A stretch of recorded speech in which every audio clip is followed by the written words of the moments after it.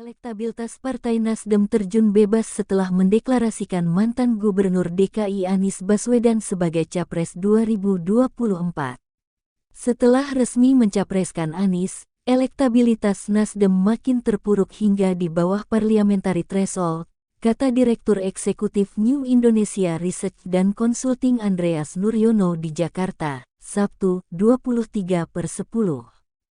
Dari hasil survei New Indonesia Research dan Consulting menyebutkan elektabilitas Nasdem sebesar 3,8%, yang artinya turun di bawah ambang batas parlemen sebesar 4%. Pada Februari tahun 2022, elektabilitas Nasdem berada di atas ambang batas parlemen. Ketika itu elektabilitas Nasdem dicatat sebesar 5,3%. Pada bulan Juni tahun 2022, elektabilitasnya turun menjadi 4,4%, dan pada bulan Oktober tahun 2022 sebesar 3,8%. Nasdem merupakan salah satu partai pendukung Jokowi sejak periode pertama, dan berada di kubu Ahok pada Pilkada DKI Jakarta yang memenangkan Anies, kata Andreas.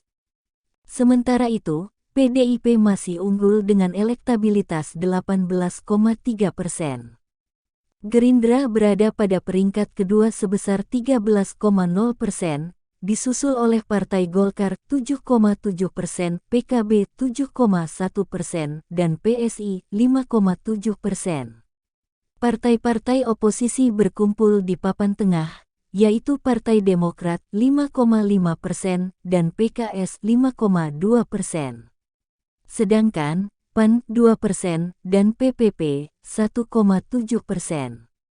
Untuk partai baru turut mengancam keberadaan partai parlemen, elektabilitas Gelora sebesar 1,3%, Perindo 1,1%, dan Partai Umat 1%. Hanura 0,5% dan PBB 0,3%, sisanya partai-partai lain 0,7%. Dan yang menjawab tidak tahu tidak jawab 25,1%. Menurut Andreas, keputusan Nasdem mendeklarasikan Anies Baswedan sebagai capres banyak sejumlah kader dan pengurus di daerah-daerah menyatakan mundur. Tren penurunan elektabilitas Nasdem sudah terjadi sejak Rakernas yang memutuskan 3 nama capres, termasuk Anies. Elektabilitas Nasdem pun makin tergerus ketika akhirnya capres dukungan Nasdem mengerucut pada Anies. Mengambil risiko anjloknya elektabilitas, Nasdem berharap bisa mendapatkan koatel efek dengan mengusung Anies, kata Andreas. Menurut Andreas, sejauh ini belum terlihat migrasi pendukung Anies ke Nasdem mengingat belum pastinya koalisi. Jika koalisi tak kunjung terbentuk, Anies Baswedan dikhawatirkan gagal dapat tiket untuk maju sebagai capres, pungkasnya.